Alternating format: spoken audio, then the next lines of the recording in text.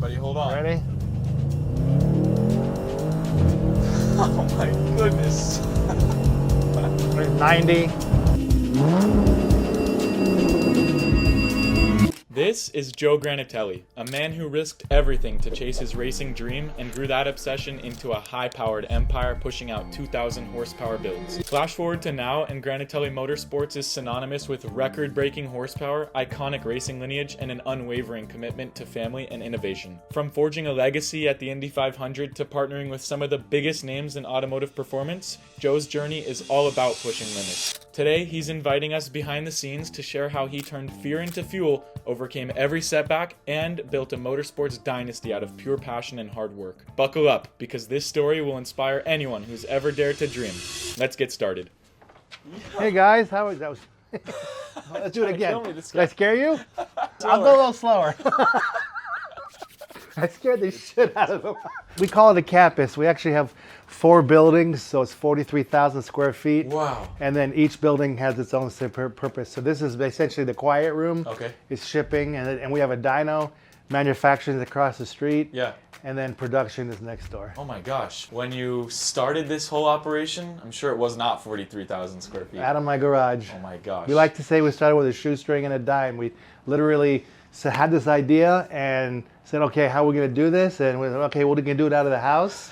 And it was 1 a day, 10 a day, 100 a day. Wow. It got to the point where my wife was complaining because the employees were leaving their toilet seat up. And then we had to rent a building. Yeah. So I rented 1,000 feet, 5,000 feet. Wow. When I got to 7,000 feet, my father said, hey, you stop paying rent, find a building. Oh. So we had to travel till we could afford it. Yeah. We built this building at 10,000, and then 20,000, and then straight to 40,000, wow. 43. So wow. That's how, it's a little kind of a success story. Absolutely. And I've been here once before. You're definitely using all 43,000 square feet. Yeah, we've outgrown. Jam-packed. We've outgrown the building, yeah. Absolutely. We'll look forward to a nice warehouse tour, whatever Sure. you're willing to show us. Yeah. I know there's some top secret stuff back there. We'll either blur it out or not include it on film. This building's okay. The other buildings we can't even go in. Got you. We like that about it. Yeah. Just right off the bat, your logo is everywhere. You've got some incredible merchandise in here, some Summit Racing. I know that Summit was an early on motivator for Granatelli. Paxton Superchargers is one of my old companies. I kind of grew up in Paxton. My father actually started the business. Okay. I started a company called Aeromotive, or Granatelli Fuel Systems, and Summit Racing was a huge customer of ours. When I sold Paxton and started Granatelli Motorsports, they were my first big customer. They became my sponsor when I went back into racing. And that relationship has now gone on for 32 years. Amazing. And to this very day, we're going back into racing. Yeah. And we've got our Herocover. Let's go. And my son is driving, but Summit Racing is our primary sponsor again. Amazing. Yeah. And 32 years is just a testament to how you guys do business and how you treat your customers and the products that you sell to the world. Yeah, I have 32 years. If you combine it all together, it's more like 80. But my gosh. At 58 years old, honestly, I've been working. You're 58? I'm 58. I said 45, man. Yeah, and at 58, I've been in this literally the whole time. The whole time. We just heard a glimpse of Joe's racing background, but believe it or not, that's only the tip of the iceberg. Next, he's about to open up on how his family's legacy shaped some of the most iconic performance parts in the world. Yeah. We just met up with your crew at SEMA. You guys had an incredible booth. There are Thank you. Thousands of people walking through it through Yeah. 3 days. And one thing you said to me is you've been at SEMA the last 15 to 20 years. Yeah. It's I've got 41 years seniority. I have 30 years with Granatelli Motorsports. Yeah. And then I had 15 years before that at Paxton. That's incredible. So personally, I have 45 years. My father had 10 years before that. And we basically got, we were the fifth SEMA vendor. Ever. Oh my gosh. Yeah. And now you guys are beloved. We spent some time at your booth and just everybody's amazed at your products. We are truly a manufacturer now. Our business is making exhaust cutouts, mass airflow sensors. We manufacture aluminum products. Now we're making steering wheels. We pretty much do whatever our customer wants. And but we've become a manufacturer and kind of a jack of all trades for our customers. Incredible. As an example, we make Mustang rear suspension and we've got about 7 customers. Those 7 customers generate roughly 70% of the market. Wow. So if you're buying rear control arms for your Mustang, there's a 70% chance, regardless of whose name is on it, we're manufacturing it for them. Wow. So you guys are not necessarily stamping Granatelli on all of your products anymore? No, we're a large private brand business. Wow. Incredible. Yeah. This keeps catching my eye over here. You have an insane engine that must have been built by Granatelli, is that correct? So both these engines that you see in the lobby are actually, they're twins to each other. They're 362-inch big engines, small blocks, meaning they're small block Fords. But what you're looking at here is an 8.2 deck. So this starts life as a 302, but it has a 4 1/4 stroke and a 4-inch bore, and it works out to 368 inches actually. And this engine is utilizing a Summit Racing 72 millimeter turbo, and it generated, as you can see on here, I forgot, it made 1,000 horsepower and 925 foot-pounds of torque on pump gas. Oh my, on regular gas. Regular, you go to the gas yeah. station, No, that was 1,000 the- horsepower. That was what it was like. This is supposed to be the street legal, and you look at the accessories and you look at the frame, it looks kind of big, but this fits right into a Fox body Mustang. It does. So the theory was, what if you were going to build the ultimate Mustang Fox body restoration, what would you do? And so we kind of came up with mild and wild. This is the wild. Yeah. We did 3 engines actually. Okay. So this engine made 1,000. We ran a Pro Charger P1SC, which made roughly 1,100. And then we have and this engine over here that you see over here, we kind of spin around. This engine is actually a 347 stroker. So this is a little baby engine, but still you'll notice the frame is the same as the Big Red over there. Yeah. And this engine made 680 horsepower, but it makes 700 foot-pounds of torque. Jeez. So So we more call this- torque than horsepower, which is This kind one of makes rare, more isn't it? because it's big stroke and it's small displacement. Got it. So the turbo doesn't discriminate. I see. So the bigger engine can make big power, but the torque is always Got it. always there. Got it, got it. Let's go check out the warehouse, see what madness comes in the back of Granatelli Motorsports. From the moment we arrived, we could sense the scale of Granatelli Motorsports. But seeing it is one thing, hearing the stories behind these 4 buildings is another. So let's head inside and learn how Joe and his team turned a simple garage operation into a Master Tech's powerhouse. Graduated from Arizona State, degree in mechanical engineering, 1989, and came home, told my dad, these are all my ideas, this is how we have to run it. Maybe we should play a bit of music in the background, that'll increase production, people will go with the rhythm.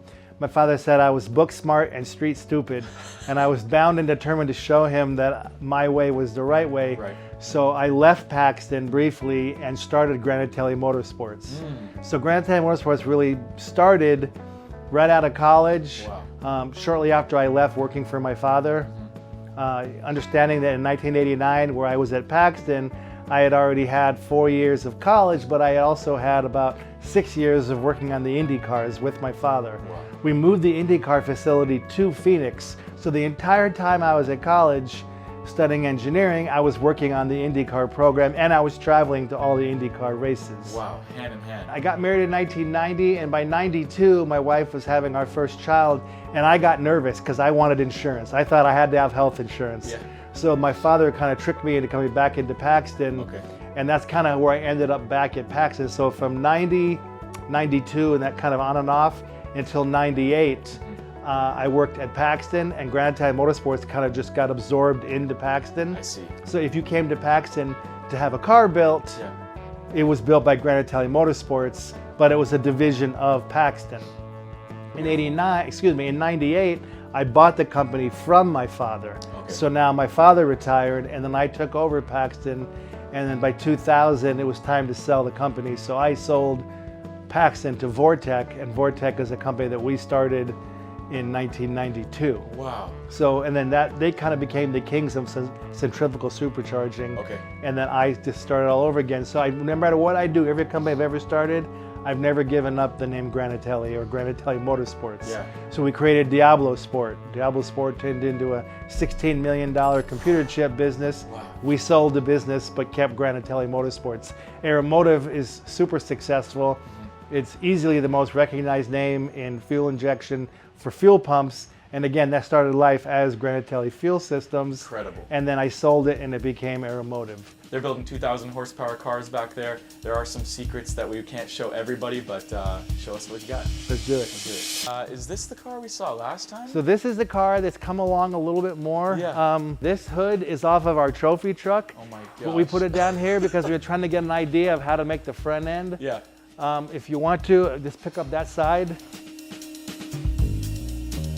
So the car is called Project S-Fox. This whole car will be Granatelli red. The whole thing. Yeah. It's gonna break the internet, Joe. Wow. So this is what the car is going to be. So what's cool about this is that the center section, as you see, is Nardo gray. Everything else on the car will be Granatelli red.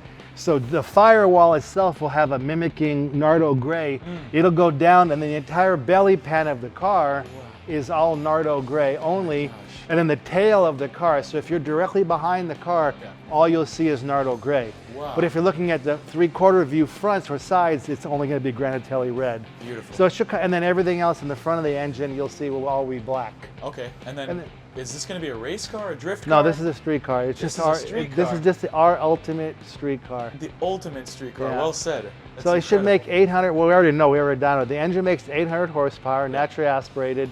It's a 430-inch LS motor. So we put a Chevy in a Ford. Get that out of the way right now. And you'll see it's got the radiators canted down, so it's kind of got all of our racing technology that we've learned over the years. Yeah. The air is actually forced underneath the nose of the car, and it comes straight up here. And then the hood will actually have notches in it, and so the air will come straight out the hood and go across, and then it'll create downforce over the top of the car. So Incredible. as this car accelerates, it will basically push down. The nose of the car, what looks like fog light pockets, are actually designed, they'll have halos, so these will have halos on them. Wow. I guess the best way is you could say we kind of copied like a Challenger or a Charger. Sure. And the center section, the air goes in there, and then they have a unique flapper valve, so when you're accelerating, it funnels the air into the throttle bodies, which are hidden inside the fenders. You'll see there's no throttle body here. All this adds more plenum area, so the throttle bodies are in the fender. So when you're accelerating, this is ram air into the air boxes. Yeah. When you're decelerating, the valve opens the other direction, and now it directs air directly over the brakes, so that's actually got cooling effect. So one duct is a ram air effect, and under braking, it rams the air directly over the brakes. Wow. So it's a really cool idea, and definitely unique to this car. Yeah, Yeah, and I think you're going to see more people doing it. for sure. This car is basically in and out. And as you look through the inside of the car, you'll see everything has been custom made, all custom sheet metal. There's not a single part of this car that hasn't been touched. Wow, wow. This car actually has a 3-inch body drop. So what we did is the chassis can't get any lower to the ground. So what we did is we moved the body over the top of the chassis. So this car will sit exceptionally low to the ground.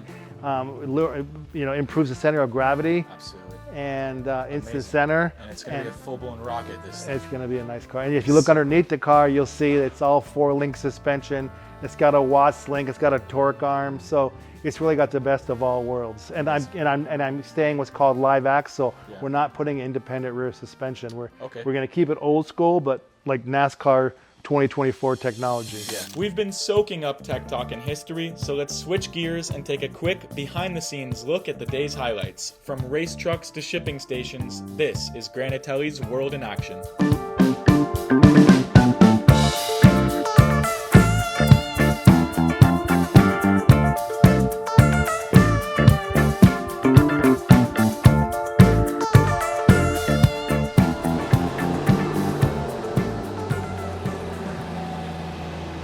So this is part of Granatelli's off-road racing division, or what's? My son raced off-road trucks, and I just wanted to kind of build something like that. Yeah. We went to a couple of the bigger names and said, hey, what does it take to build this? And they're like, $1 million in 3 years. So we thought we could do a better job. We did. It took us 5 years. I see. And it's just as nice as anybody's out there. Yeah. I can't say it's any better. I've had a lot of help on this truck. But in terms of design and what you see in engineering, it's really a testament to our Granatelli engineering. This is probably the first and last off-road race truck that is built by a bunch of IndyCar guys that think like IndyCar. So a lot of stuff you'll see that's totally unique to this truck, and that most of the off-road racers would be like, why would you do it that way? Oh my gosh, unconventional. Correct, but that's all we knew. And everybody looks at it and says, yeah. We've seen the high horsepower builds, but talk is cheap, right? Now, Joe's gonna hop in the driver's seat and show HeroCovers just what Granatelli Motorsports is made of. An incredible HeroCover on the Audi RS6. Ready? Yes, sir. Let's go. Beautiful.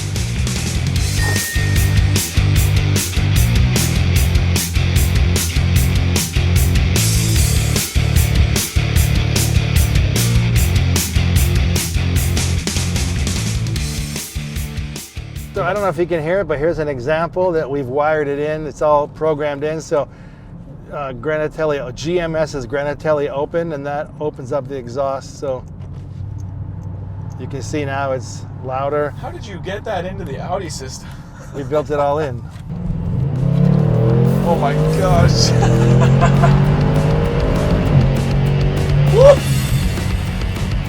Wow. After driving the R8, nothing feels fast. Yeah, that's the problem. Everything is a letdown. Yeah. And what's the fastest you've ever been in any road car or land car? My car from high school, I ended up building a bigger engine for it. We ran 261 at Bonneville to hold the record for about 10 years.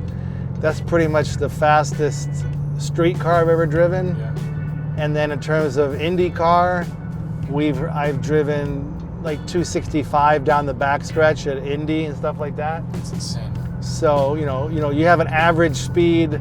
Back in my day, the horsepower war was on. A single turbo Buick in an Indy car would make 900 horsepower. The cars weighed 1,350 pounds. Yeah. So they had me and Roberto Guerrero and Jill DeFerrin, who was driving a Mercedes for Penske, and the three of us were running over 260 every lap.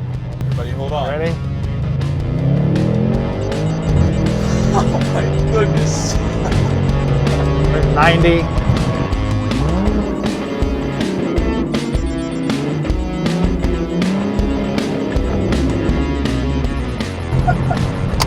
Ceramic brakes. Ceramic brakes. You gotta stop as fast as you can go. That just does something to your blood. And that's probably why you've been in this for so many years. When you get to those speeds, you start to enter a different realm of, your brain waves. It does something different to the core, Tell us about how you are on this absolutely insane level of speed. You're doing 260, you're doing almost 300 miles an hour. And then you got Steve Watts down the street doing 482. Is that inspiring to you? Does he bring competition out of you? You guys are obviously great friends. So what's that like? Well, for starters, Steve and I work hand in hand. So there's little pieces of Granatelli on the Speed Demon, and there's little pieces of Steve Watt in my race car. Beautiful. We ran 260 in 1984. So when you consider that today they're going maybe 10 or 15 miles an hour faster than we did when I was 16. There's really not much. I think it's a testament to really how far ahead we were then and what we're capable of. And what was it that was setting you guys apart back then? My dad. Yeah. He just had a different way of looking at things, and I had a different way of interpreting what he said, and we put our energy into something that a lot of other guys weren't doing. So when you decide to go with top speed racing, it's a unique set of clientele, right? And that fraternity, let's say, and the fraternity that does that has a given focus in terms of reliability versus durability. Right. We came in with an IndyCar background where the engine has to go 500 miles minimum. Makes sense. And qualify. Yeah. And my father was just very innovative. He understood how to make sense. After a whirlwind tour of engines, off-road trucks, and decades of racing triumphs, one question remains. What really fuels Joe's passion? Here's how he sums it all up, and trust me, you won't want to miss his perspective. People ask me all the time, what do you think is the secret to your success? I define success as still being married to my high school sweetheart, having 4 kids. The reality of it is I've always been fear-driven. I've always been afraid of failure, and I always put in the extra time. So they say you can work hard or you can work smart. I think I've always really been a hard worker and willing to put in the hours. And I think today you don't see that as much anymore. You don't, the new people, the new youth kind of are more of the, what have you done for me lately crowd? And I mean, you got to put in the time. It's easy to say, oh, he was born with a platinum spoon in his mouth. You know, his dad handed it all to him. Not true at all. Not at all. My father gave me strong roots. Yeah. And I started this company, like I said, shoestring and a dime. I did it on my own. Yeah. Incredible. And that was probably my biggest success, is my father to say, hey, I'm proud of you, you did it. And then actually, interestingly enough, when my father passed away, he left me his 20-year-old BMW and said, this is all you need, because you don't need my money, so you did it. Yeah. Well, you've done it so well, arguably better than anybody else. Granatelli Motorsports is an icon of the industry for the past 50 to 60 years. Nobody does it like you guys. We're here in our own backyard in Oxnard, California today, and it's just such a pleasure and an honor to know Joe. We're going to do so many hero covers in the future, including IndyCar, Formula One. We're going to knock off all the checklists. NASCAR. NASCAR too. We'll get them all. So thank you so much, Joe. Thank you Always very much. a pleasure. Appreciate it. Absolutely. Hero covers out. And Benny. And Benny.